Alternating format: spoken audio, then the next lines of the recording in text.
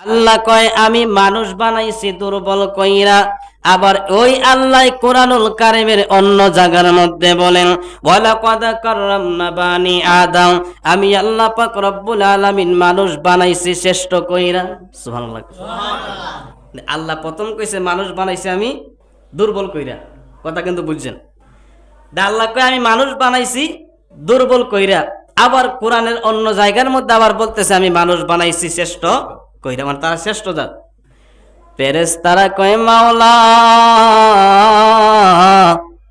বুঝলাম না, আপনি তো একবার বলেছেন মানুষ বানাইছেন দুর্বল কইরা, আরেকবার বলেছেন আপনি বলেন মানুষ বানাইছেন শ্রেষ্ঠ কইরা, তাইলে আমরা কোনটা বুঝবো?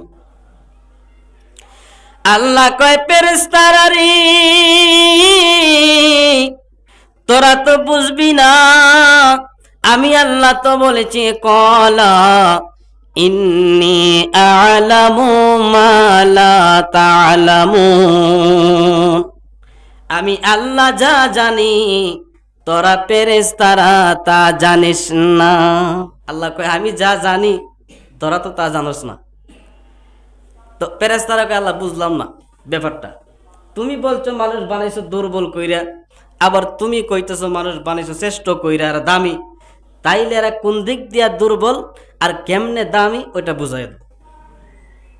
ফেরেশতারা প্রশ্ন করছে। আমার আল্লাহ বলেন ফেরেশতারা রে আমি তাদেরকে কেমনে দামি বানাইছি তোরা জানতে চাস? কয় হ্যাঁ জানতে চাই।